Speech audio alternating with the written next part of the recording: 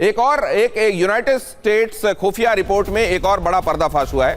Iran के पास अब भी हजारों मिसाइलें हैं, ईरान के पास हजारों बैलिस्टिक मिसाइलें हैं और फिर से लॉन्चर तैयार भी कर रहा हो सकता है ईरान, ये बात कही जा रही है।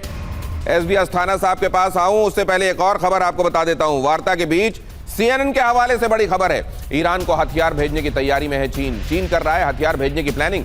अमेरिकी खुफिया रिपोर्ट में बड़ा खुलासा। इसका मतलब यह है एसबी अस्थाना साहब कि दोनों तरफ ये जो लल पीरियड दिखाई दे रहा है इसका भरपूर इस्तेमाल भी हो रहा है। वहां 82nd एयरबोर्न डिवीजन के 2000 और सैनिक भेजे जा रहे हैं और यहां देखिए कहा जा रहा है और हथियार जुटाए जा रहे हैं। बिल्कुल, ये दोनों तरफ से दबाव बनाने की भी कोशिश है और अपनी जो पोजीशन है, चाहे वो मिलिट्री पोजीशन हो, चाहे वो स्ट्रेटेजिक पोजीशन हो, चाहे वो वार्ता के लिए पोजीशन हो, डिप्लोमेटिक पोजीशन हो, उसको थोड़ा ताकतवर बनाने की कोशिश भी की जा रही है। अभी इसमें दो तीन चीज़ें बिल्कुल क्लियर हैं। देखिए, इस वार्ता से ये उम्मीद करना कि लड़ाई बंद हो जाएगी, ये तो सवाल ही नहीं पैदा होता, क्योंकि जो डिमांड्स हैं जो आपने अभी दिखाई भी अपने प्रेजेंटेशन में, वो इतनी ज़्यादा अलग अलग हैं और इतनी ज़्यादा कॉन्ट्रडिक्टरी हैं कि वो इतनी आसानी से मानी नहीं जाएंगी। अभी सबसे पहला जो विरोधाभास है वो तो ये है कि ईरान ने बोला है मैं बातचीत ही नहीं शुरू करूँगा जब तक ये दो चीज़ें नहीं मानी जाती।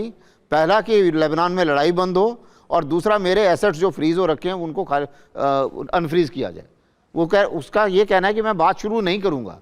तो अब उसमें क्या है कि ये माना जा रहा है, जो कि वहाँ के जानकार बता रहे हैं, कि हो सकता है कि शुरू में जब बातचीत है, ये डेलीगेशन होटल में अलग अलग जगह पे हों और शुरू में जो बातचीत है वो पाकिस्तानी जो रिप्रेजेंटेटिव्स हैं वही जाके दोनों डेलीगेशन से बात करना शुरू करें और वहाँ से कहानी शुरू होगी, क्योंकि एक साथ मुझे नहीं लगता कि ये डेलीगेशंस बैठने को ही तैयार होंगे। तो पॉजिटिव सर बहुत सारी खबरें ऐसी भी आ रही हैं जो ये कह रही हैं कि असल में डायरेक्ट टॉक्स भी हो सकती है, आमने सामने की वार्ता भी हो सकती है। हाँ, वो जो आप कह रहे थे थर्ड पार्टी टॉक, इसकी संभावना बहुत ज्यादा थी कल तक, लेकिन आज सोर्सेस ये बता रहे हैं कि डायरेक्ट टॉक्स भी हो सकती हैं। नहीं, बिल्कुल। आप जब ये बात कह रहे थे तो इरशाद साहब भी उस समय कुछ कह रहे थे, हालांकि उनकी आवाज हम तक पहुंची नहीं, उनके पास जाएंगे, लेकिन उससे पहले ईरान ने डेलीगेशन का नाम मिनाब 168 रखा है। उन्होंने अपने डेलीगेशन का नाम रखा है मिनाब 168।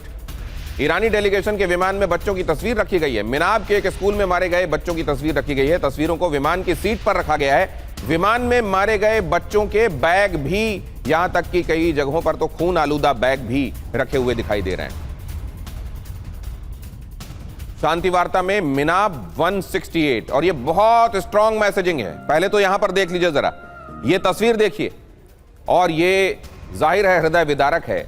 इतने छोटे छोटे बच्चों की तस्वीरें और उनके स्कूल बैग्स जो कि खून से सने हुए हैं और साथ में ये एक फूल सफेद रंग का गुलाब जो साथ में रखा हुआ है। अब जरा देखिए मिनाब 168, मिनाब का दर्द लेकर पहुंचा ईरान।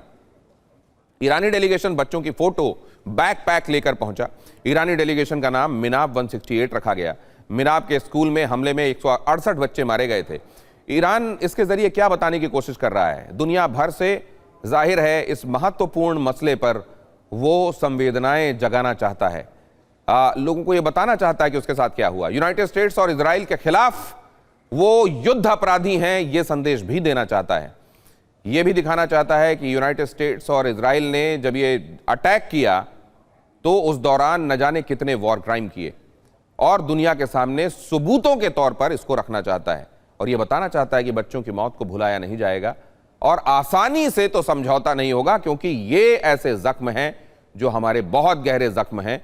और अगर आप ये सोच रहे हैं कि टेबल पर आने के लिए हम बहुत ज़्यादा, बातचीत की टेबल पर आने के लिए बहुत ज़्यादा रजामंद, इच्छुक और विलिंग हैं, तो ऐसा नहीं है। आपकी तरफ से अगर ऐसी पेशकदमी की जाएगी जो हमको रास आने वाली होगी तो हम सोचेंगे। जाहिर है इसमें बहुत सारी मैसेजिंग है, लेकिन सबसे महत्वपूर्ण मैसेजिंग क्या है? निनाद साहब, क्या बताया ईरान ने इसके जरिए? सॉरी, हाँ जी, आप ही से सर। देखिए, ये बहुत ज़्यादा संवेदनशील चीज़ है। 168 बच्चे मरना, आपको याद होगा वियतनाम में एक बार माई लाइव मैसेकर हुआ था जहां कई लोग मारे थे। उसके बाद वियतनाम वॉर का रुख चेंज हो गया था, क्योंकि वहां अनआर्म्ड पूरे के पूरे गांव को जला दिया था अमेरिकी फौज ने और उसके बाद वियतनाम का पीस प्रोसेस शुरू हो गया था। पर यहां एक बहुत बड़ी दिक्कत है, ईरान ने अपने खुद के इतने लोग मारे हैं कि वो किस मुंह से इन बच्चों की बात कर सकता है। मेरे को लगता नहीं है कि इंटरनेशनल कम्युनिटी में इतनी ज़्यादा उनकी तरफ सद्भावना होगी जितना ईरान सोच रहा है, क्योंकि ईरान ने हज़ारों अपने सिटीजन्स भी मारे हैं, एक क्रेडिबिलिटी भी होती है। पर हैविंग सेड दैट, ये एक एजेंडा ज़रूर बिठाता है कि ईरान अपनी बात अपने दम पे रखने आया है और ईरान अपनी बात अपने ही टर्म्स पे रखेगा। इससे एक और बात शुरू होती है कि अमेरिका को वो बताना चाहता है कि अमेरिका का जो ग्रेट पावर है, मिसाइल हो, एयरफोर्स हो, एयरक्राफ्ट कैरियर हो, उसकी जो वॉर क्राइम हुई है, जो छोटे बच्चे मरे हैं, उसको ना ईरान भूला है ना ईरान भूलने देगा। पर उसकी क्रेडिबिलिटी कितनी होगी, ये मेरे को थोड़ा सा शंका लगती है।